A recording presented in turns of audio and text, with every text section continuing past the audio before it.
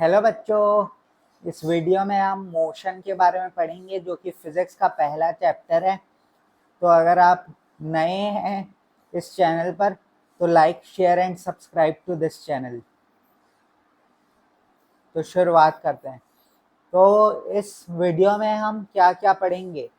हम मोशन के बारे में पढ़ेंगे, हम पोजीशन के बारे में पढ़ेंगे, स्केलर एंड वेक्टर क्वांटिटी के बारे में पढ़ेंगे, distance and displacement, uniform and non uniform motion, velocity and its types, speed and its types, equation of motion, derivation of equation of motion, circular motion, various types of graphs and it's interpretation, various questions भी देखेंगे हम।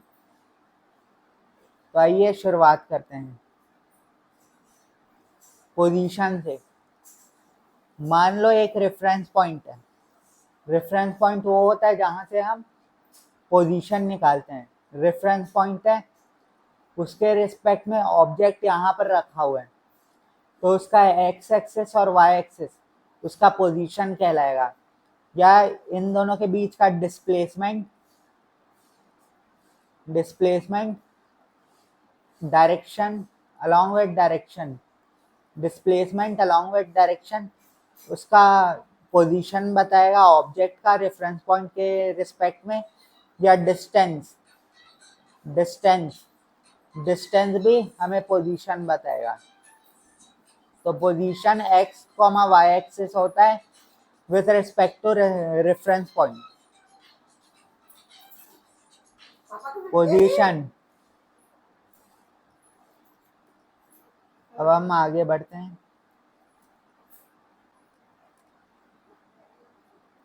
Scalar and vector quantity में, scalar and vector quantity क्या होता है? Scalar quantity वो होता है जिसके पास मैग्नीट्यूड होता है और डायरेक्शन नहीं होता है। मैग्नीट्यूड तो होता है लेकिन डायरेक्शन नहीं होता है। फॉर एग्जांपल मास के पास मैग्नीट्यूड तो है केजी में, इसको मैग्नीट्यूड को नाप तो सकते हैं लेकिन इसका कोई डायरेक्शन नहीं है। टाइम का यूनिट है सेकेंड, सेकेंड्स को हम नाप तो सकते हैं लेकिन इसका कोई डायरेक्शन नहीं होता। डिस्टेंस को हम मीटर में नापते हैं तो इसको हम माप तो सकते हैं लेकिन इसका कोई डायरेक्शन नहीं होता। स्पीड मीटर पर सेकेंड में नापा जाता है लेकिन इसका कोई डायरेक्शन नहीं होता। वेक्टर क्वांटिटी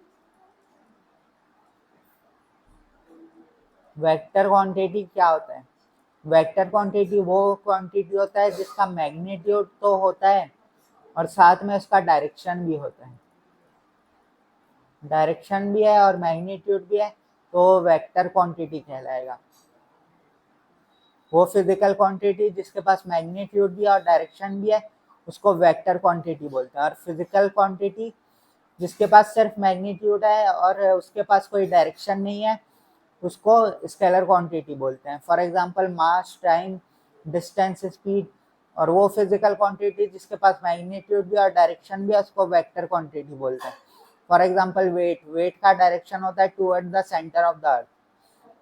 डिस्प्लेसमेंट का डायरेक्शन होता है इनिशियल पॉइंट से फाइनल पॉइंट तक। वेलोसिटी का डायरेक्शन होता है जहां पर ऑब्जेक्ट मूव करता है। इस पर कुछ क्वेश्चन देख लेते हैं, न्यूमेरिकल क्वेश्चन है answer. A car moves 60 kilometre toward east. ये नॉर्थ होता है, ये साउथ डायरेक्शन होता है, ये ईस्ट डायरेक्शन होता है और ये वेस्ट डायरेक्शन होता है। तो a car moves 60 kilometre toward east, 60 kilometre east में चली, और उसके बाद 80 kilometre toward north, 80 kilometre north में चली, 80 किलोमीटर नॉर्थ में चली और 60 किलोमीटर ईस्ट में चली। तो resultant displacement and total distance तो 60 प्लस 80 होगा 140 किलोमीटर, पर डिस्प्लेसमेंट कितना होगा? पाइथागोरस थ्योरम से हमको पता है अंडर रूट बेस का स्क्वायर प्लस परपेंडिकुलर का स्क्वायर हमको हाइपोटेनस देते हैं। तो अंडर रूट 60 का स्क्वायर प्लस 80 का स्क्वायर जो कि 100 किलोमीटर होगा, ये हमको डिस्प्लेसमेंट देगा। और डिस्प्लेसमेंट का डायरेक्शन क्या है? North east direction. और अगर इसको थीटा मान ले, तो डायरेक्शन क्या होगा? tan inverse P by B, perpendicular by base. ये परपेंडिकुलर है, थीटा के सामने वाला लाइन क्या कहलाता है? परपेंडिकुलर। तो 80 divided by 60 base, perpendicular by base, तो tan इनवर्स 4/3 इसका डायरेक्शन है।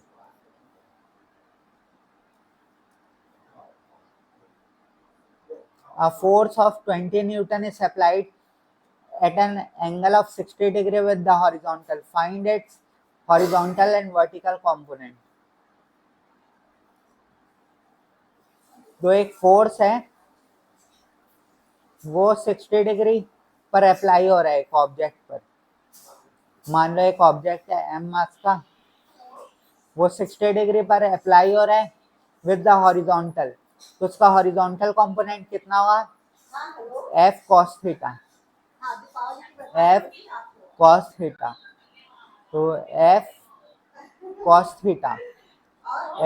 थीटा को हम क्या लिख सकते हैं? 20 न्यूटन इंटू cos 60 डिग्री, तो 20 इंटू 1/2 10 न्यूटन। और वर्टिकल कंपोनेंट कितना होगा? वर्टिकल कंपोनेंट होगा f sin थीटा। तो f sin थीटा किसके इक्वल होगा? 20 इंटू साइन 60 डिग्री √3/2, तो 10√3 न्यूटन, जिसको हम 17.32 न्यूटन भी लिख सकते हैं। A boat moves north at 12 kilometre per our. North move कर रहा है 12 किलोमीटर पर आवर के साथ, और river flows toward east with 5 kilometre per our. 5 kilometre per our के साथ रिवर फ्लो कर रही है, तो इसका रिजल्टेंट वेलोसिटी कितना होगा? रिजल्टेंट वेलोसिटी होगा पाइथागोरस थ्योरम से अंडर रूट ऑफ 12 का स्क्वायर प्लस 5 का स्क्वायर, जो कि 13 न्यूटन आएगा। फिर इसका थीटा इस जगह से निकालें तो tan inverse P by B, P कितना है? 12/5, ये डायरेक्शन हो गया। A man walks 4 kilometre north, 4 kilometre north move करा एक मैन, 4 किलोमीटर नॉर्थ मूव करा एक मैन, और उसके बाद 3 किलोमीटर ईस्ट चले गया, फिर 3 किलोमीटर ईस्ट चले गया। तो फाइंड है डिस्प्लेसमेंट। तो डिस्टेंस तो 4 + 3 7 किलोमीटर होगा, बट डिस्प्लेसमेंट कितना होगा? अंडर रूट ऑफ 4 का स्क्वायर प्लस 3 का स्क्वायर, ये किसके इक्वल होगा? 5 किलोमीटर के बराबर।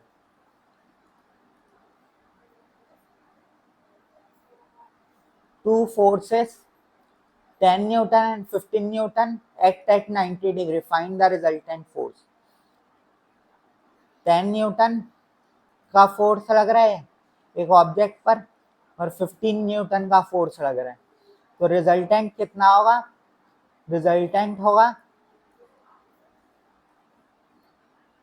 इतना, अंडर रूट ऑफ 10 का स्क्वायर प्लस 15 का स्क्वायर, तो under root 100 + 225, under root of 325 newton, जो कि इक्वल होता है 18.03 न्यूटन के बराबर। और डायरेक्शन बोले तो tan inverse P by B, 10/15, 2/3, तो डायरेक्शन हो गया tan इनवर्स 2/3।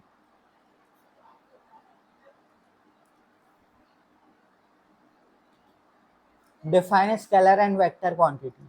वो फिजिकल क्वांटिटी जिसके पास सिर्फ मैग्नीट्यूड होता है उसको स्केलर क्वांटिटी बोलते हैं, और वो फिजिकल क्वांटिटी जिसके पास मैग्नीट्यूड भी होता है और डायरेक्शन भी होता है उसको वेक्टर क्वांटिटी बोलते हैं। एग्जाम्पल, स्केलर क्वांटिटी के मास जो कि केजी में रिप्रेजेंट होता है, स्पीड मीटर पर सेकेंड में रिप्रेजेंट होता है, डिस्टेंस जो मीटर में रिप्रेजेंट होता है, टाइम सेकेंड में रिप्रेजेंट होता है, एनर्जी जूल्स में रिप्रेजेंट होता है। ये सब स्केलर क्वांटिटी हैं। पर वेक्टर क्वांटिटी क्या है? इसके एग्जांपल है, फोर्स न्यूटन में रिप्रेजेंट होता है, वेलोसिटी मीटर पर सेकंड में रिप्रेजेंट होता है, डिस्प्लेसमेंट मीटर में रिप्रेजेंट होता है, एक्सेलरेशन मीटर पर सेकंड स्क्वायर में रिप्रेजेंट होता है। तो स्केलर क्वांटिटी के पास डायरेक्शन नहीं होता है, सिर्फ मैग्नीट्यूड होता है, और वेक्टर क्वांटिटी के पास मैग्नीट्यूड भी होता है और साथ में डायरेक्शन भी होता है।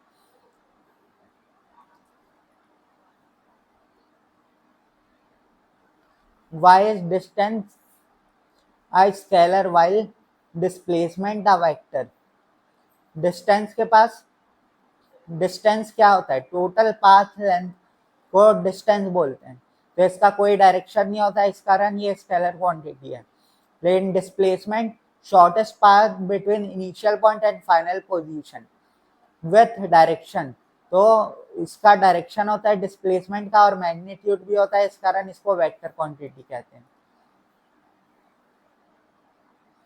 Can the displacement and distance be equal? Give an example. हाँ, डिस्टेंस और डिस्प्लेसमेंट इक्वल हो सकते हैं। अगर unidirection straight line path में कोई ऑब्जेक्ट मूव कर रहा है तो उसका डिस्टेंस और डिस्प्लेसमेंट इक्वल होगा, डिस्प्लेसमेंट इक्वल होगा। अगर यूनि डायरेक्शन एक ही डायरेक्शन में स्ट्रेट लाइन पाथ में मूव कर रहा है एक ऑब्जेक्ट तो उसका डिस्टेंस और डिस्प्लेसमेंट इक्वल होगा। फॉर एग्जाम्पल, एक कार 50 किलोमीटर मूव करी टूवर्ड ईस्ट, तो उसका डिस्टेंस और डिस्प्लेसमेंट का मैग्नीट्यूड सेम होगा और 50 किलोमीटर के इक्वल होगा। क्या ना स्केलर क्वांटिटी भी नेगेटिव? नहीं, स्केलर क्वांटिटी पॉजिटिव या जीरो तो हो सकता है लेकिन नेगेटिव नहीं हो सकता। फॉर एग्जांपल, मास केजी में रिप्रेजेंट होता है, डिस्टेंस मीटर में रिप्रेजेंट होता है, स्पीड मीटर पर सेकंड में रिप्रेजेंट होता है, लेकिन इनके कोई डायरेक्शन नहीं होते हैं, जो स्केलर क्वांटिटी है।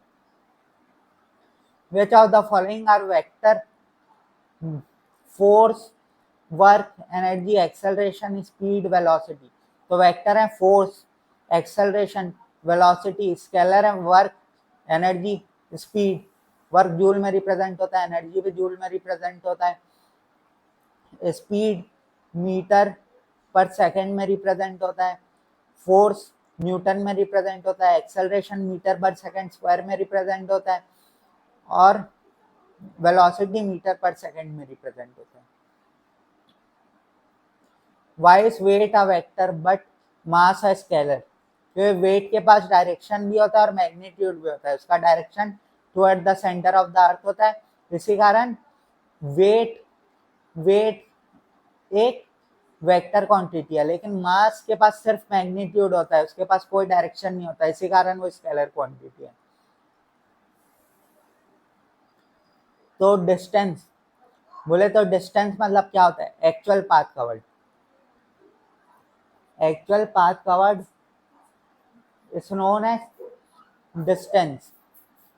तो distance travelled by a moving body is the actual length of the path covered by it irrespective of direction.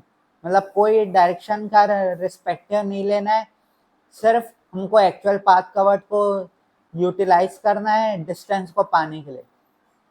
ये एक स्केलर क्वांटिटी है और इसकी ऐसा यूनिट मीटर है। डिस्प्लेसमेंट डिस्प्लेसमेंट इनिशियल पॉइंट से फाइनल पॉइंट के बीच में शॉर्टेस्ट डिस्टेंस को डिस्प्लेसमेंट बोलते हैं और इसका डायरेक्शन इनिशियल पॉइंट से फाइनल पॉइंट तक होता है। अरे एक ऑब्जेक्ट ईस्ट पहले मूव करा फिर नॉर्थ मूव करा तो नॉर्थ ईस्ट डायरेक्शन में उसका डिस्प्लेसमेंट होगा और उसका मैग्नीट्यूड भी हम कैलकुलेट कर सकते हैं। Shortest distance between initial point and final point is known as displacement, और इसका डायरेक्शन भी होता है।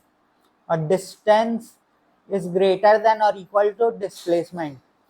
जब स्ट्रेट लाइन यूनिडायरेक्शनल पाथ में मूव करते हैं तो डिस्टेंस और डिस्प्लेसमेंट इक्वल होते हैं। और स्ट्रेट लाइन यूनिडायरेक्शनल, एक ही डायरेक्शन में अगर एक बॉडी मूव कर रही है तो उसका डिस्टेंस और डिस्प्लेसमेंट इक्वल होगा। लेकिन जनरली डिस्टेंस ग्रेटर होता है डिस्प्लेसमेंट से। मान लो एक ऑब्जेक्ट ऐसे मूव करी तो उसका एक्चुअल लेंथ कवर्ड उसका डिस्टेंस को रिप्रेजेंट करेगा, लेकिन इनिशियल पॉइंट से फाइनल पॉइंट तक शॉर्टेस्ट डिस्टेंस डिस्प्लेसमेंट को रिप्रेजेंट करेगा, डिस्प्लेसमेंट को रिप्रेजेंट करेगा।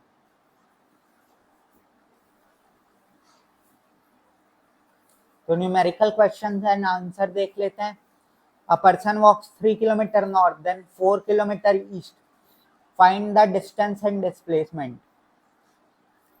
मान लो एक ऑब्जेक्ट है, एक पर्सन है, वो 3 किलोमीटर नॉर्थ मूव करा, 3 किलोमीटर नॉर्थ मूव करा, उसके बाद 4 किलोमीटर ईस्ट मूव करा, 4 किलोमीटर ईस्ट मूव करा, तो उसका डिस्टेंस कितना होगा? 3 + 4 7 किलोमीटर, पर डिस्प्लेसमेंट कितना होगा? √3 का स्क्वायर प्लस 4 का स्क्वायर 5 किलोमीटर के बराबर उसका डिस्प्लेसमेंट होगा। और किस डायरेक्शन में? नॉर्थ ईस्ट डायरेक्शन में। और अगर थीटा निकालना चाहे तो theta is equal to tan inverse perpendicular by base. Perpendicular theta के सामने वाला साइड होता है, तो 4 और बेस ये है 4/3।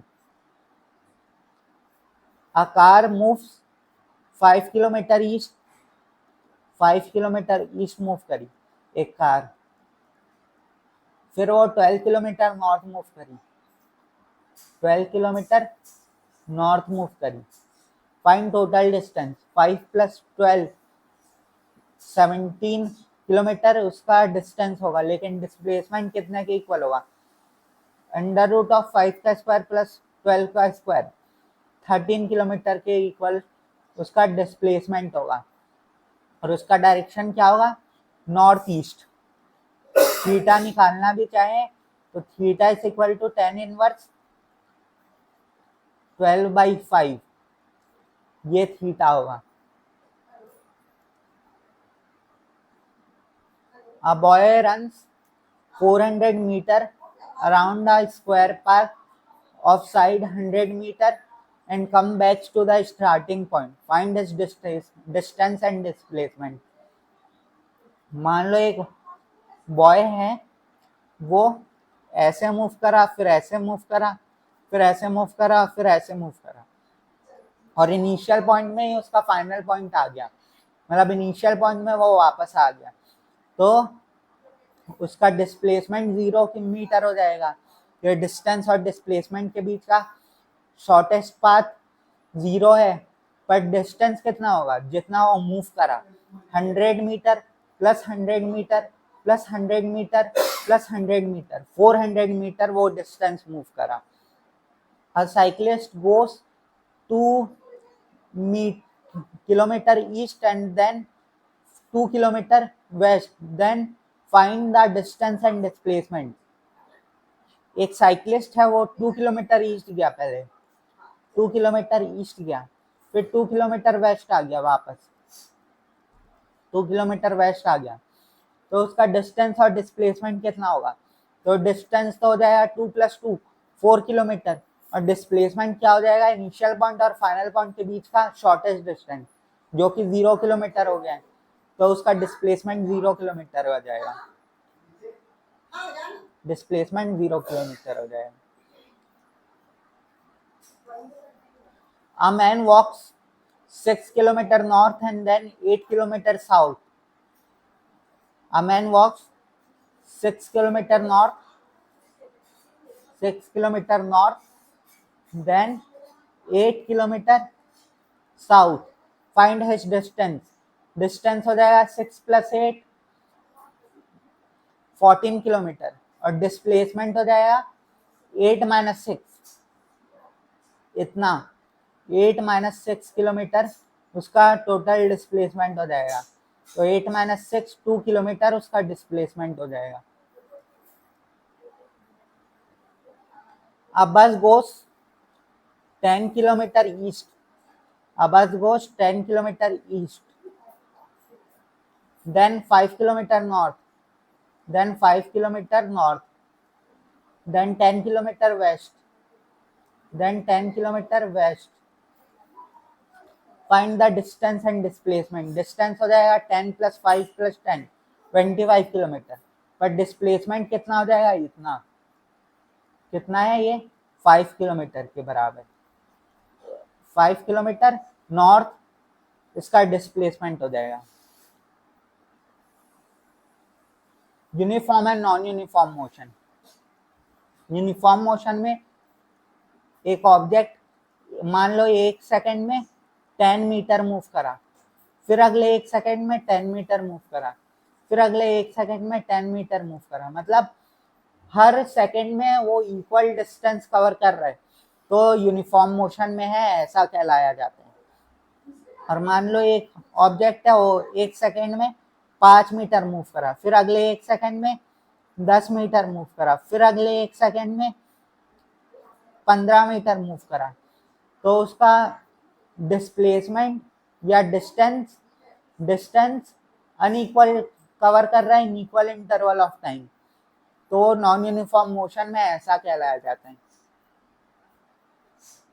रेट ऑफ मोशन को हम दो तरीके से नाप सकते हैं, या तो स्पीड से नाप सकते हैं या वेलोसिटी से नाप सकते हैं। तो पहले स्पीड को देख लेते हैं। Speed of an object is defined as distance travelled by it per unit time. तो स्पीड कितने के इक्वल होता है, डिस्टेंस बाय टाइम के इक्वल होता है।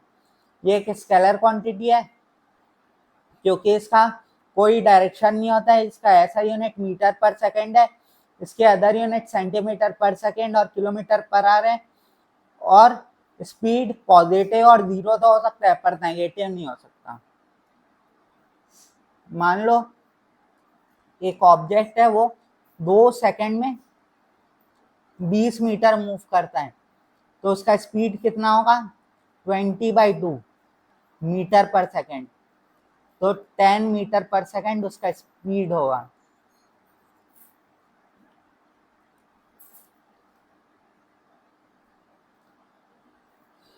स्पीड को क्लासिफाई कर सकते हैं यूनिफॉर्म स्पीड से। यूनिफॉर्म स्पीड मतलब हर एक सेकंड में इक्वल डिस्टेंस कवर कर रहा है। फॉर एग्जांपल 1 सेकंड में 10 मीटर मूव करा, फिर अगले 1 सेकंड में 10 मीटर मूव करा, फिर अगले 1 सेकंड में 10 मीटर मूव करा, तो यूनिफॉर्म स्पीड में है। मान लो डायरेक्शन भी चेंज कर दिया, फिर 10 मीटर मूव करा 1 सेकंड में, तो उसका स्पीड सेम है, तो इसका डायरेक्शन से तो कोई मतलब नहीं है, सिर्फ स्पीड उसका डिस्टेंस इक्वल है इन इक्वल इंटरवल ऑफ टाइम, तो उसका स्पीड यूनिफॉर्म है, ऐसा कहा जाता है। कांस्टेंट स्पीड भी कहा जाता है इसको।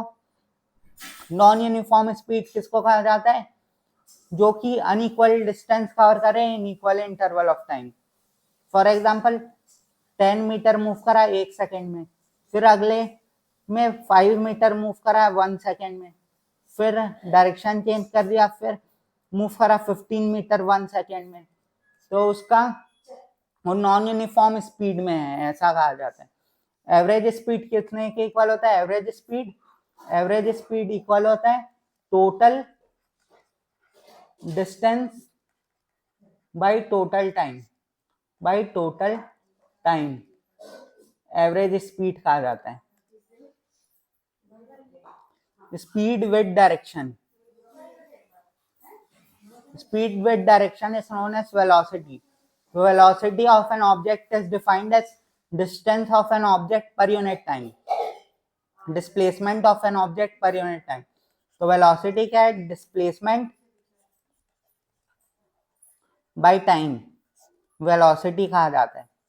ये एक वेक्टर क्वांटिटी है, तो इसके पास डायरेक्शन भी होता है, इनिशियल पॉइंट से फाइनल पॉइंट इसका डायरेक्शन होता है। ये इनिशियल पॉइंट है और ये फाइनल पॉइंट है, तो इनिशियल पॉइंट से फाइनल पॉइंट तक इसका डायरेक्शन होगा। इसकी ऐसा यूनिट मीटर पर सेकेंड है, और बॉडी जहां पर मूव करते रहती है, मान लो इनिशियल पॉइंट से फाइनल पॉइंट में, तो उसके तरफ उसका डायरेक्शन होगा। ये इनिशियल पॉइंट से फाइनल पॉइंट तो डिस्प्लेसमेंट का डायरेक्शन होता है, वेलोसिटी का डायरेक्शन होता है। जहां पर ऑब्जेक्ट मूव कर रही है वहां पर वेलोसिटी का डायरेक्शन होता है। और ये it can be positive, zero और नेगेटिव। ये पॉजिटिव भी हो सकता है, जीरो भी हो सकता है और नेगेटिव भी हो सकता है। It can be change by changing the object speed, direction और बोथ। ये चेंज करा जा सकता है velocity by changing it's speed, speed को चेंज कर दिया जाए, डायरेक्शन को चेंज कर दिया जाए, या बोथ। फॉर एग्जांपल एक ऑब्जेक्ट 10 मीटर मूव करा 1 सेकेंड में ईस्ट डायरेक्शन में, उसके बाद 10 मीटर मूव करा 1 सेकेंड में नॉर्थ डायरेक्शन में, तो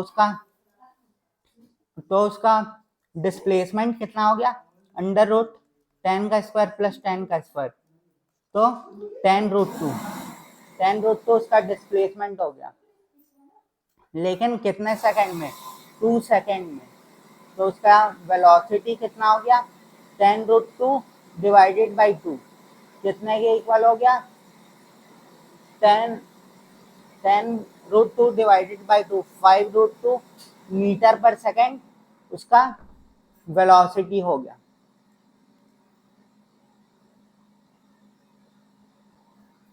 मैं एक चीज यहीं पर क्लियर कर देता हूं कि डिस्प्लेसमेंट का डायरेक्शन इनिशियल पॉइंट से फाइनल पॉइंट तक होता है, और वेलोसिटी का डायरेक्शन जहां पर ऑब्जेक्ट मूव कर रही है उस तरफ उसका डायरेक्शन होता है। तो यूनिफॉर्म वेलोसिटी क्या होता है, मान लो एक ऑब्जेक्ट 10 मीटर मूव करा इन 1 सेकेंड, फिर अगले सेकेंड में 10 मीटर मूव करा इन 1 सेकेंड, फिर अगले 1 सेकेंड में 10 मीटर फिर से मूव करा और सेम डायरेक्शन में, तो उसका यूनिफॉर्म वेलोसिटी है।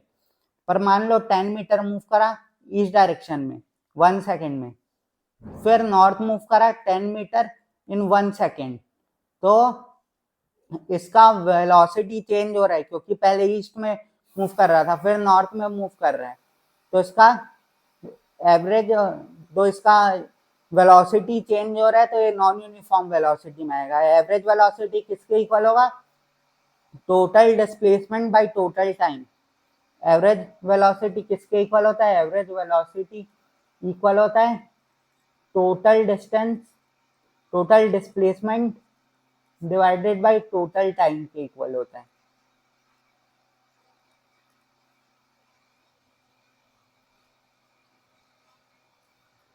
स्पीडोमीटर से हम स्पीड नापते हैं और ओडोमीटर से हम डिस्टेंस नापते हैं।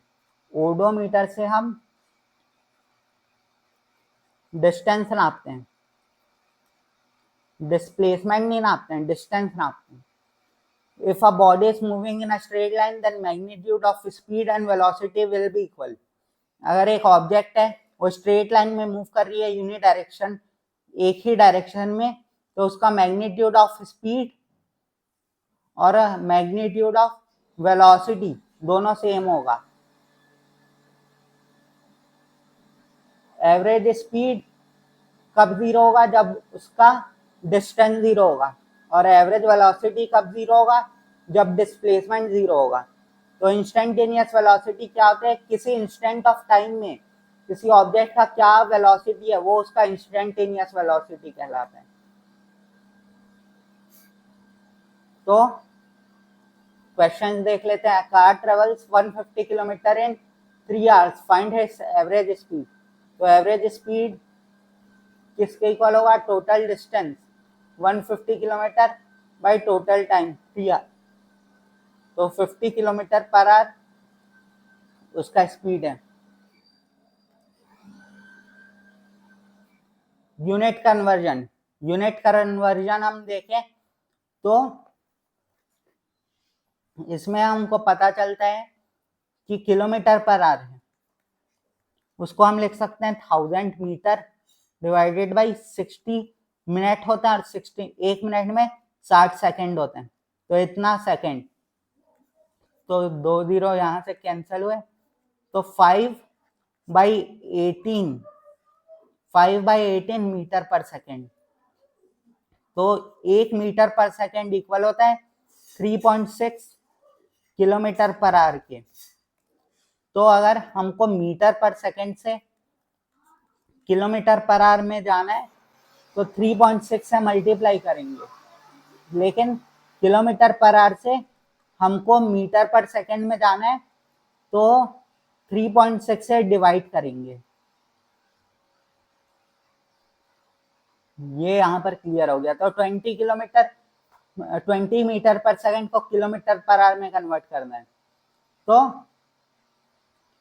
हम क्या करेंगे, 20 को 3.6 से मल्टीप्लाई कर देंगे, तो 72 किलोमीटर पर आवर हमारा मीटर पर सेकंड से किलोमीटर पर आवर में आ गया, 72 kilometre per our.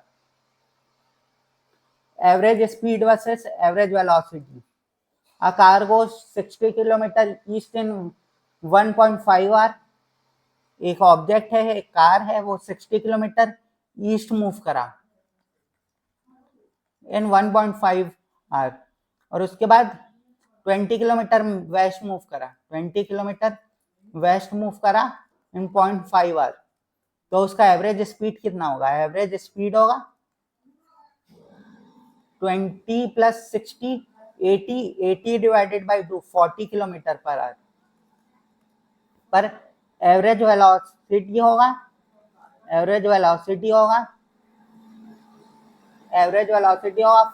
60 minus 20, 40 kilometre, 40 kilometre divided by 2 hour, तो 20 किलोमीटर पर आवर उसका वेलोसिटी होगा।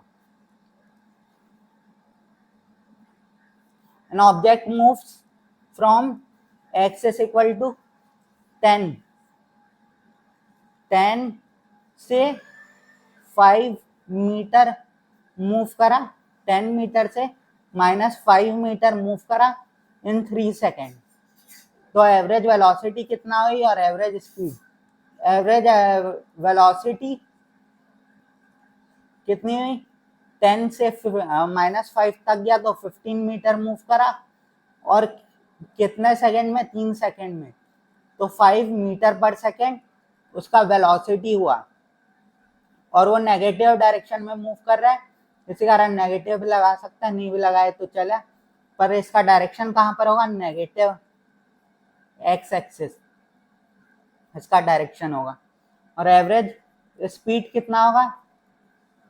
15 मीटर मूव करी इन 3 सेकेंड, तो 5 मीटर पर सेकेंड उसका एवरेज स्पीड है। Circular track. A car makes one full lap on circular track of radius 50 meter in 20 seconds. Find its speed and average velocity for the tap. तो radius के circumference कितना है circle का?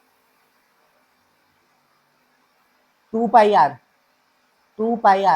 तो 2 pi into radius कितना है? 50 metre, तो 100 पाई metre per second, इतना सरकमफ्रेंस ऑफ द सर्कल है, जो कि 314.159 मीटर पर सेकेंड के कुछ बराबर है अप्रोक्सीमेटली। तो स्पीड कितना होगा? स्पीड होगा डिस्टेंस बाय टाइम। डिस्टेंस है 100 पाई मीटर पर सेकेंड, 100 पाई मीटर, और ये मीटर है ना, डिवाइडेड बाई टाइम। टाइम कितना है? 20 सेकेंड, तो 5 पाई मीटर पर सेकेंड इसका स्पीड है।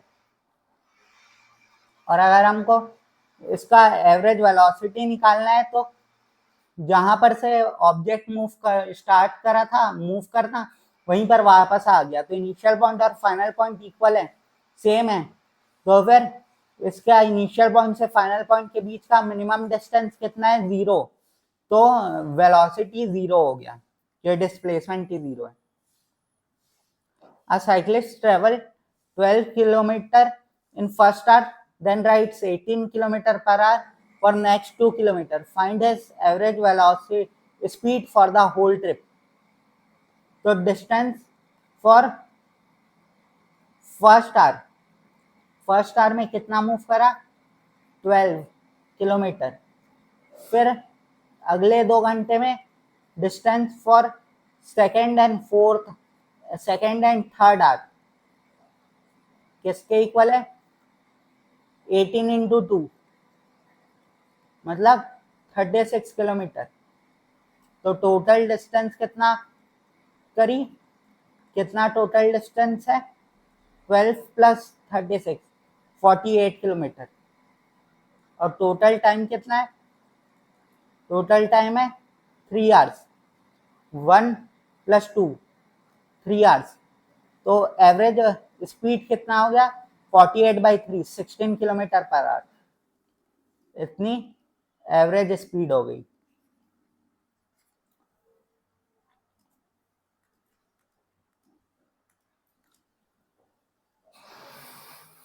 Equation of motion, relation between, ये क्या है, रिलेशन है, वेलोसिटी, एक्सेलरेशन और displacement cover by the object, इसका एवरेज मतलब रिलेशन है, ये in a particular interval of time, relation है इन सब का, velocity, acceleration, displacement covered by the object in a particular time is known as equation of motion. तो 3 equation of motion है हमारे पास, v is equal to u plus at, s is equal to ut plus half at square और v square minus u square is equal to 2as, जहां पर v final velocity है, u initial velocity है, a acceleration है, t time है और s displacement है।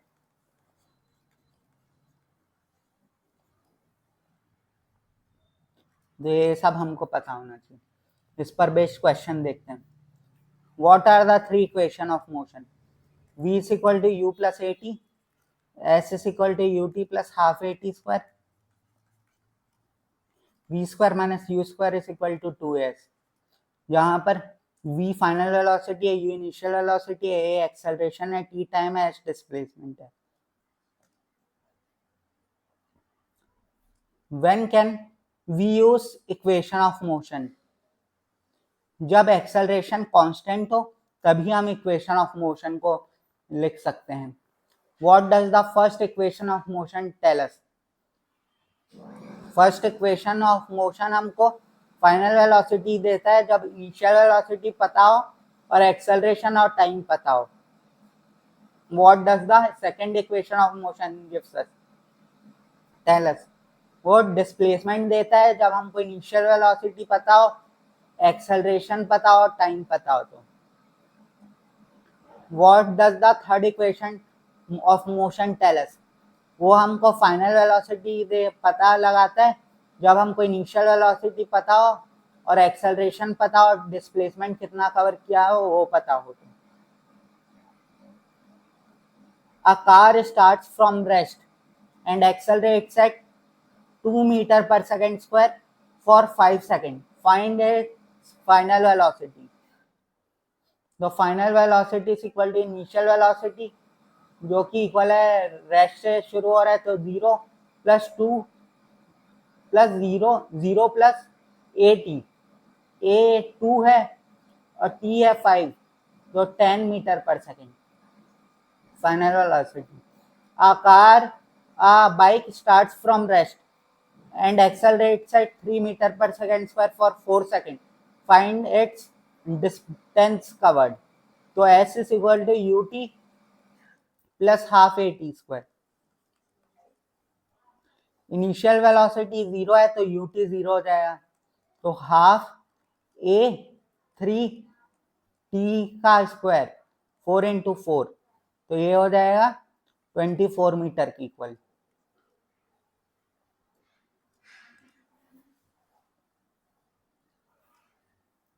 A motor car increases its speed from 10 meter per second to 25 meter per second in 5 seconds. Find acceleration. तो v minus u by t is equal to acceleration. तो 25 minus 10 divided by 5, 3 meter per second square इसका acceleration है. A stone is thrown upward with a velocity of 20 meter per second. Find the maximum height reached. तो maximum height reached कितना होगा? v square equal to u square plus 2as. तो a stone is thrown upward with 20 meter per second. तो 20 का square u v तो 0 हो गया क्योंकि आखिर में जाकर उसकी वेलोसिटी 0 हो जाएगी, डिवाइडेड बाई 2 इंटू ए 10 ले लेते हैं ए को, एक्सेलरेशन ड्यू टू ग्रेविटी। तो एस निकल आएगा हमारे पास 20 मीटर के इक्वल।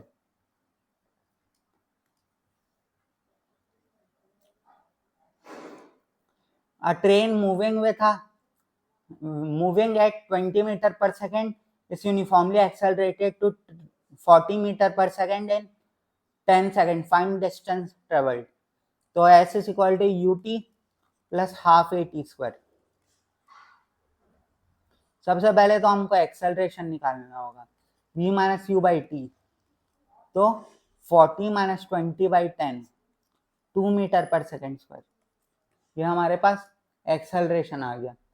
तो u कितना है? u है 20, टाइम कितना है 10 प्लस हाफ इंटू ए 2, टी स्क्वायर 100,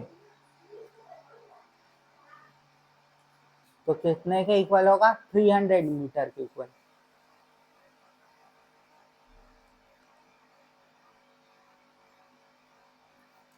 इसके आगे हम चलते हैं। इसमें पोजीशन हम देख लिए। पोजीशन क्या होता है? जैसे रेफरेंस पॉइंट के रेस्पेक्ट में ऑब्जेक्ट की क्या एक्स एक्सिस है या वाई एक्सिस है, वो उसकी पोजीशन कहलाती है। डिस्प्लेसमेंट को भी हम कैलकुलेट कर सकते हैं, डिस्प्लेसमेंट भी हमको पोजीशन बताती है। और डिस्टेंस विद डायरेक्शन हमको पोजीशन बताती है। स्केलर और वेक्टर क्वांटिटी भी हम देख लिए। स्केलर क्वांटिटी वो फिजिकल क्वांटिटी होती है जिसके पास सिर्फ मैग्नीट्यूड होता है, डायरेक्शन नहीं होता है। वेलोसिटी वो फिजिकल मैग्नीट्यूड होता है, फिजिकल क्वांटिटी होता है जिसके पास मैग्नीट्यूड भी होता है और साथ में डायरेक्शन भी होता है। डिस्टेंस भी हम देख लिए और डिस्प्लेसमेंट भी हम देख लिए। डिस्टेंस होता है एक्चुअल पाथ कवर्ड और डिस्प्लेसमेंट होता है minimum distance between initial point and final point, और उसका डायरेक्शन होता है इनिशियल पॉइंट से फाइनल पॉइंट तक। यूनिफॉर्म और नॉन यूनिफॉर्म मोशन भी हम देख लिए, और उसके बाद वेलोसिटी भी हम देख लिए हैं। अब यहाँ पर एक टर्म आता है, अगर एक ऑब्जेक्ट ए एक्सेलरेशन से मूव कर रही है तो उसका वेलोसिटी एवरेज कितना होगा? तो s बाई टी होगा, total distance by total time. Total distance है ut plus half a t square, और t है t से t ए कैंसिल हो गया।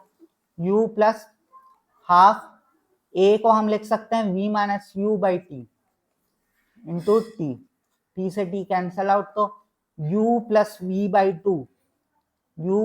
बाई टू हमारे पास एवरेज वेलोसिटी होता है। ये हमको इक्वेशन ऑफ मोशन डिराइव करते वक्त काम आएगा।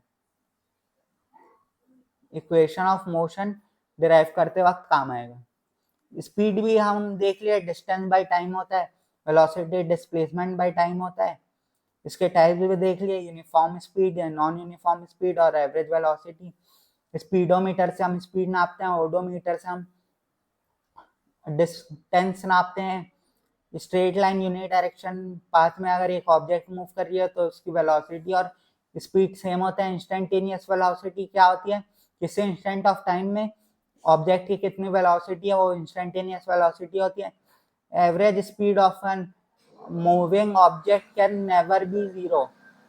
एवरेज वेलोसिटी कब जीरो होगी, जब डिस्प्लेसमेंट जीरो होगा। एवरेज स्पीड कब जीरो होगी, जब डिस्टेंस जीरो होगा। एक्सेलरेशन, तो एक्सेलरेशन में हम आते हैं। तो acceleration is equal to v minus you by T. Rate of change of velocity is known as acceleration. इसकी ऐसा यूनिट मीटर पर सेकंड स्क्वायर है। इसका ये एक वेक्टर क्वांटिटी है। ये जीरो भी हो सकता है जब ऑब्जेक्ट कांस्टेंट वेलोसिटी से मूव करे, नेगेटिव भी हो सकता है जब वेलोसिटी ऑफ द ऑब्जेक्ट के अपोजिट बॉडी का एक्सेलरेशन हो, और पॉजिटिव भी हो सकता है जब वेलोसिटी के डायरेक्शन में एक्सेलरेशन हो। तो नेगेटिव एक्सेलरेशन को हम रिटार्डेशन या डीसेलरेशन बोलते हैं। यूनिफॉर्म एक्सेलरेशन क्या होता है, जब ऑब्जेक्ट वेलोसिटी इक्वली चेंज करती हो। मान लो 0 मीटर पर सेकेंड एक ऑब्जेक्ट का वेलोसिटी था, 1 सेकेंड बाद उसका वेलोसिटी हो गया 2 मीटर पर सेकेंड, फिर 1 सेकेंड बाद उसका वेलोसिटी हो गया 4 मीटर पर सेकेंड, फिर 1 सेकेंड बाद उसका वेलोसिटी हो गया 6 मीटर पर सेकेंड। तो उसका एक्सेलरेशन कितना है, 2 metre per second, 2 metre per second square उसका एक्सेलरेशन है। तो यूनिफॉर्म एक्सेलरेशन कहलाएगा। नॉन यूनिफॉर्म एक्सेलरेशन क्या होता है, जिसमें ऑब्जेक्ट का जो वेलोसिटी है वो नॉन यूनिफॉर्मली चेंज करे। फॉर एग्जांपल 0 मीटर पर सेकंड था, फिर अगले 1 सेकंड में 1 मीटर पर सेकंड हो गया, फिर अगले 1 सेकंड में 3 मीटर पर सेकंड हो गया, फिर अगले 1 सेकंड में 6 मीटर पर सेकंड हो गया। तो उसका एक्सेलरेशन है वो नॉन यूनिफॉर्मली चेंज हो रहा है। इक्वेशन ऑफ मोशन हम तभी लगा सकते हैं जब एक्सेलरेशन कांस्टेंट हो। इसके इक्वेशन है v is equal to u plus a t, s is equal to u t plus half a t square, और v square minus u square is equal to 2as। u 5 metre per second है, v 10 metre per second है, और time 5 second है। तो फिर उसका acceleration कितना है, acceleration is equal to v minus you by t. तो 10 माइनस 5 बाई 5, 1 मीटर पर सेकेंड स्क्वायर उसका एक्सेलरेशन है। s कितना है, s is equal to u t plus half a t square. तो 5 into 5 plus half into 1 into 5 का square, तो 37.5 मीटर वो मूव करा। और उसका v square minus u square is equal to 2s से हम इसको वेरीफाई भी कर सकते हैं। तो 10 का स्क्वायर माइनस 5 का स्क्वायर कितने के इक्वल होगा, 75 मीटर स्क्वायर पर सेकेंड स्क्वायर। इधर यूनिट आ चुका है, और इधर है 2 इंटू 1 इंटू 37.5, 75 मीटर स्क्वायर पर सेकेंड स्क्वायर। इधर वेलोसिटी आ गया, इधर मीटर पर सेकेंड स्क्वायर में हमारा इक्वेशन आ गया। तो derivation of first equation of motion हम कैसे करेंगे, u इनिशियल वेलोसिटी है, v फाइनल वेलोसिटी है, a एक्सेलरेशन है, s डिस्प्लेसमेंट है, t टाइम है। तो acceleration is of a body is defined as rate of change of velocity. तो a is equal to v minus you by t. तो v is equal to u plus a t यहाँ से derive हो गया। Derivation of second equation of motion by algebraic method. ये algebraic method से हम equation को डिराइव कर रहे हैं ना। Velocity of a body is defined as rate of change of displacement. तो velocity is equal to displacement by time होता है। तो डिस्प्लेसमेंट किसके इक्वल होगा, वेलोसिटी इनटू टाइम के। एवरेज वेलोसिटी को हम लिख सकते हैं u plus we by two, अभी अभी हम डिराइव करे थे, इंटू टी। टी को हम t लिखे रहने देते हैं, v को हम u प्लस ए टी लिख लेते हैं। तो 2u plus a t by 2 into t. तो u t plus half a t square, ये s तो s is equal to u t plus half a t square derive हो गया। और उसके बाद थर्ड इक्वेशन ऑफ मोशन उसी का कंटिन्यूएशन है। हमको सेकंड इक्वेशन को यहाँ तक डिराइव करना है। सबसे पहले कहाँ तक डिराइव करना है? यहाँ तक डिराइव करना है। S is equal to u t plus half a t square के बाद, इसके बाद टी को एलिमिनेट कर देना है। टी को कैसे एलिमिनेट करेंगे? फर्स्ट इक्वेशन ऑफ मोशन से, t is equal to v minus you by a, v is equal to u plus a t से हम ऐसे इसको लिख सकते हैं। तो फिर s is equal to u t plus half a t square, तो u into t v minus you by a plus half into a into t का square, v square plus u square minus 2uv divided by A square. तो ए cancel out हो गया, तो ये हो गया, ए इधर चले गया, मान लो 2a इधर चले गया, तो 2as is equal to 2uv plus minus 2u square plus v square plus u square minus 2uv cancel out हो गया और 2u स्क्वायर कैंसल आउट हो गया u स्क्वायर के साथ, तो ये माइनस u स्क्वायर बचा, तो v square minus u square is equal to 2as हमारे पास इक्वेशन डिराइव हो गया। v square minus u square is equal to 2as हमारे पास इक्वेशन डिराइव हो गया। Derivation of equation of motion using graphical method. अगर हमको ग्राफिकल मेथड से इक्वेशन डिराइव करना है तो हमको सबसे पहले तो एक डायग्राम ड्रॉ करना पड़ेगा। कौन सा? वेलोसिटी टाइम ग्राफ का। वेलोसिटी टाइम ग्राफ एक ड्रॉ करना पड़ेगा। पहले ऑब्जेक्ट की वेलोसिटी थी u, उसके बाद हो गई v, मान लो t टाइम में a एक्सेलरेशन है। तो फर्स्ट इक्वेशन ऑफ मोशन कैसे डिराइव होगा? Slope gives us, slope of velocity time graph gives अस हमको एक्सेलरेशन, तो एक्सेलरेशन इज इक्वल टू ये कितना होगा? v माइनस यू, तो v minus you by t, ये t है, तो एक्सेलरेशन, तो v is equal to u plus a t. First equation of motion derive हो गया। फिर सेकेंड इक्वेशन ऑफ मोशन के लिए हमको इसका एरिया कैलकुलेट करना है। Area of velocity time graph gives us displacement, तो s is equal to ut, इसका एरिया ut के रेक्टेंगल है, तो length into breadth plus half into base into height, इसका area half into base into height, half into base कितना है? t into height, height कितना है? v माइनस यू, तो ut plus half into t, और v को हम लिख सकते हैं u plus a T, u से u कैंसल आउट हो गया, तो ut plus half a t square हमारे पास डिस्प्लेसमेंट आ गया, और हमको ये डिराइव हो गया second equation of motion. Third equation of motion के लिए हमको यहां तक डिराइव करना पड़ेगा, और उसके बाद t को एलिमिनेट कर देना है। t को एलिमिनेट कैसे करेंगे हम?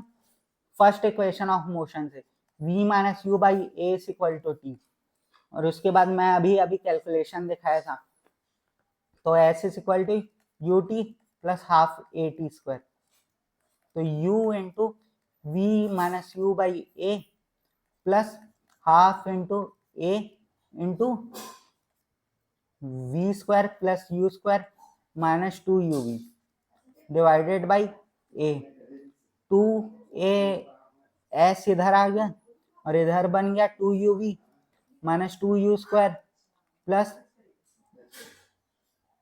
v square plus u square minus 2uv से 2uv कैंसल आउट हो गया, और इधर हमारे पास बचा v square minus u square is equal to 2s, हमारे पास थर्ड इक्वेशन ऑफ मोशन भी डिराइव होगी।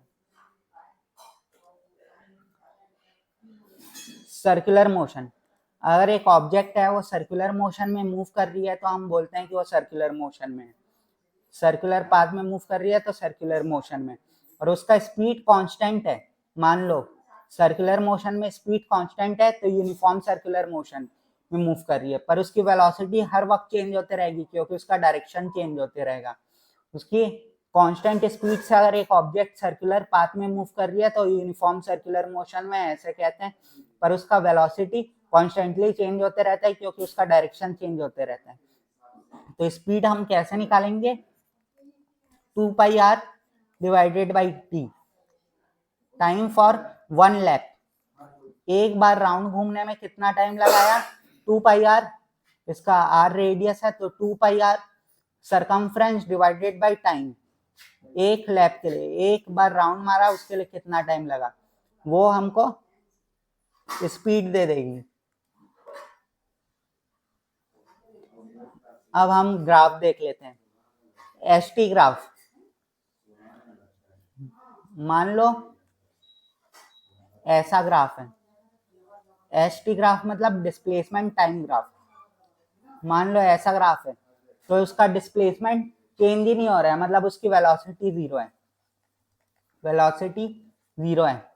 मान लो एक ऑब्जेक्ट है वो इस तरीके से मूव कर रहा है एसटी ग्राफ में, तो उसका कांस्टेंट वेलोसिटी से मूव कर रहा है, कांस्टेंट वेलोसिटी से ऑब्जेक्ट मूव कर रहा है और उसका जीरो एक्सेलरेशन है, जीरो एक्सेलरेशन है।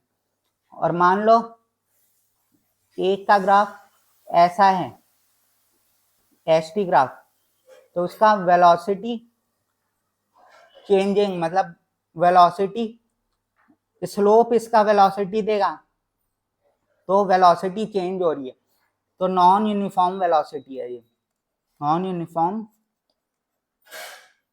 वेलोसिटी है का केस है। वीटी ग्राफ, वीटी ग्राफ के बारे में हम देखें तो मान लो एक ऑब्जेक्ट है वो ऐसे मूव कर रही है वेलोसिटी टाइम ग्राफ के साथ, ऐसे मूव कर रही है, तो कांस्टेंट वेलोसिटी का केस है, कांस्टेंट वेलोसिटी का केस है। मान लो एक ऑब्जेक्ट है वो ऐसे मूव कर रही है तो कांस्टेंट एक्सेलरेशन का ग्राफ है, कांस्टेंट एक्सेलरेशन का ग्राफ है अगर ये वीटी ग्राफ है तो। अगर एक वीटी ग्राफ है और वो ऐसे मूव कर रही है तो कांस्टेंट रिटार्डेशन का ग्राफ है, कांस्टेंट रिटार्डेशन का ग्राफ है। मान लो एक ऑब्जेक्ट को हम ऊपर थ्रो करें, जी उसके पास कांस्टेंट एक्सेलरेशन होगा और वो कहाँ पर मूव, उसका डायरेक्शन कहाँ पर रहेगा, नेगेटिव डायरेक्शन में, तो अगर उसका ये एक ऑब्जेक्ट अपवर्ड थ्रो करा गया है तो उसका ग्राफ है, ये वीटी ग्राफ है। तो अगर मान लो एक ग्राफ ऐसा है, ऐसा, तो एक ही टाइम में दो वेलोसिटी है जो कि फिजिबली पॉसिबल नहीं है, इसी कारण ऐसा ग्राफ पॉसिबल नहीं है, तो ये नॉट पॉसिबल ग्राफ है, नॉट पॉसिबल ग्राफ है। मान लो ये ग्राफ है वो ऐसा ग्राफ है, यहाँ पर भी दो वेलोसिटी एक टाइम में आ रहा है, इसी कारण ये नॉट पॉसिबल ग्राफ है। मान लो एक ऐसा ग्राफ है वो ऐसे ऐसा ग्राफ है, तो फिर ये वीटी ग्राफ है तो इसका स्लोप देखो, कहीं पर पॉजिटिव है कहीं पर नेगेटिव है, तो कभी एक्सेलरेशन बढ़ रहा है तो कभी एक्सेलरेशन घट रहा है, तो फिर ये different slope at different point, तो नॉन यूनिफॉर्म एक्सेलरेशन का ग्राफ है, नॉन यूनिफॉर्म एक्सेलरेशन का ग्राफ है।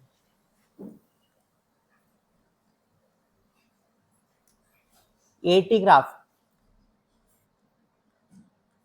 एक्सेलरेशन टाइम ग्राफ, तो ऐसा अगर ग्राफ है तो कांस्टेंट एक्सेलरेशन है उस बॉडी का। मान लो अगर एटी ग्राफ ऐसा है तो नॉन यूनिफॉर्म एक्सेलरेशन का ग्राफ है, नॉन यूनिफॉर्म एक्सेलरेशन का ग्राफ है। और मान लो एटी ग्राफ ऐसा है तो ये भी नॉन यूनिफॉर्म इंक्रीजिंग ग्राफ है, नॉन यूनिफॉर्म इंक्रीजिंग एक्सेलरेशन का ग्राफ है, इंक्रीजिंग एक्सेलरेशन का ग्राफ है। और एटी ग्राफ का एरिया क्या देता है, चेंज इन वेलोसिटी देता है।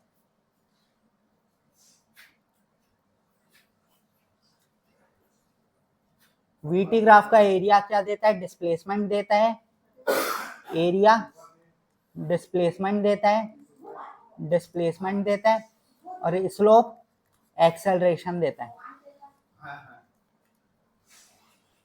और एसटी ग्राफ का स्लोप हमको वेलोसिटी देता है, स्लोप हमको वेलोसिटी देता है।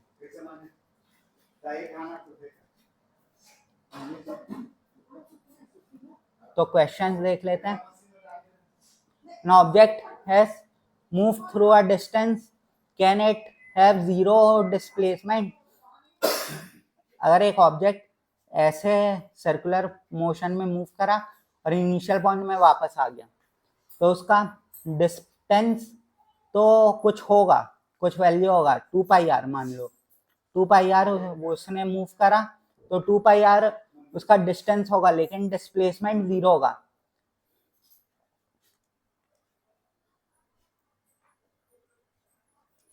Which of the following is true for displacement?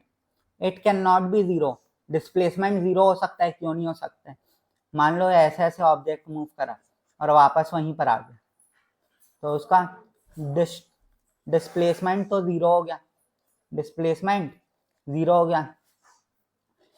Its magnitude is greater then the distance, नहीं, डिस्टेंस का मैग्नीट्यूड ग्रेटर देन और इक्वल टू होता है डिस्प्लेसमेंट के मैग्नीट्यूड से।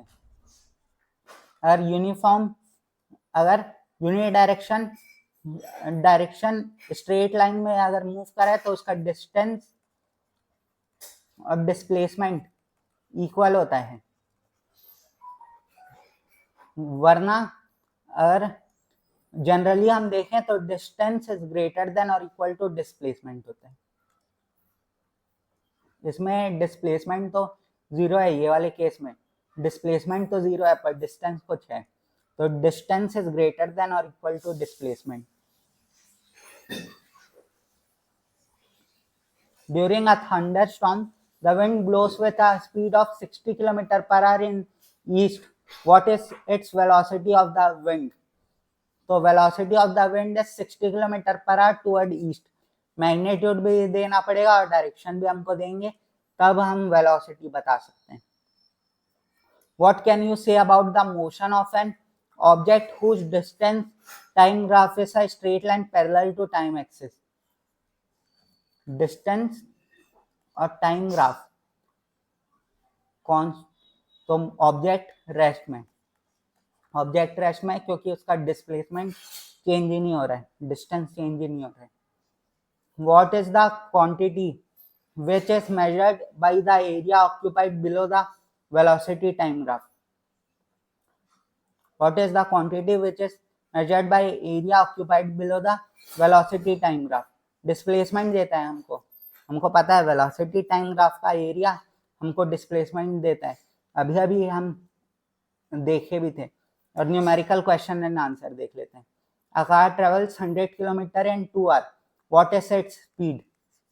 Speed is equal to distance by time, तो 50 किलोमीटर पर आवर उसकी speed होगी। A car velocity increases from 20 meter per second to 30 meter per second in 5 seconds. Find its acceleration. Acceleration is equal to v minus u by t. तो 30 minus 20 divided by 5, तो 2 metre per second पर इसका acceleration है। A body starts from rest, तो u 0 है, and accelerates at 4 metre per second square. Find the distance for time 5 second. Find the distance travelled by it. तो s is equal to u t plus half a t square. U zero है तो ए वाला term zero हो गया. Half ए कितना है 4 into T square 25. तो ये हो गया 50 metre. A car accelerates from 10 meter per second at a rate of 2 meter per second square for 6 seconds. Find its final velocity. तो इनिशियल वेलोसिटी कितनी है 10 मीटर पर सेकेंड. एक्सेलरेशन कितना है 2 metre per second square. Time कितना है 6 second.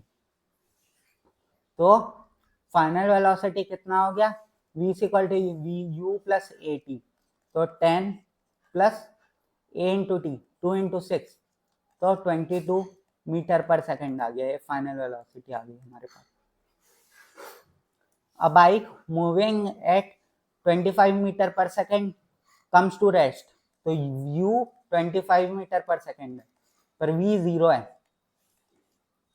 At time 10 second. Find the acceleration. Acceleration is equal to v minus u by t. तो 0 minus 25 by 10 minus 2.5 metre per second square इसके acceleration है.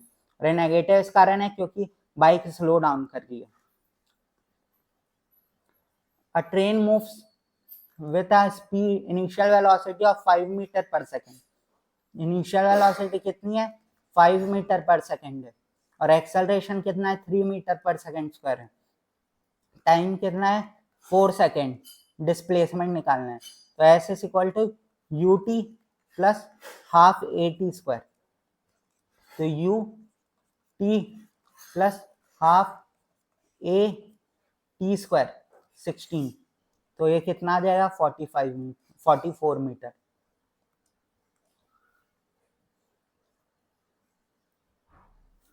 A train starts from rest. तो u 0 है भैया and gains a speed of 72 kilometre per our. तो 72 को kilometre per our को अगर हमको मीटर पर सेकंड में चेंज करना है तो 5/6 डिवाइडेड बाई 3.6 कर देना है. तो ये 20 मीटर पर सेकंड आ जाएगा. और टाइम कितना है 40 सेकंड. तो एक्सेलरेशन कितना होता है v minus you by t. तो 20 माइनस 0 बाई टी 40. तो 0.5 मीटर पर सेकंड स्क्वायर हमारे पास एक्सेलरेशन आ गया.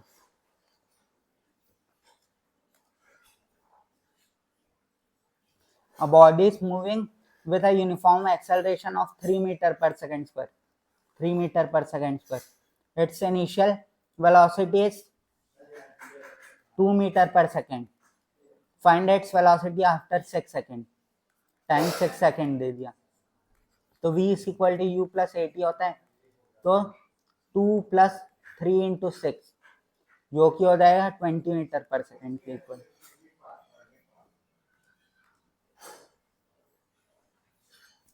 A car moving with a uniform acceleration of 250 meter in 5 seconds.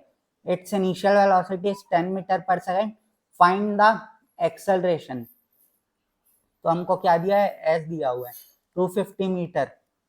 t दिया हुआ है 5 सेकेंड. इनिशियल वेलोसिटी दिया हुआ है 10 मीटर पर सेकेंड. तो s is equal to u t plus half a t square. तो a is equal to s minus u t divided by ये 2 इधर मल्टीप्लाई हो जाएगा डिवाइडेड बाई t का स्क्वायर. ये हमारे पास आ जाएगा. तो s कितना है 250 माइनस यू टी 50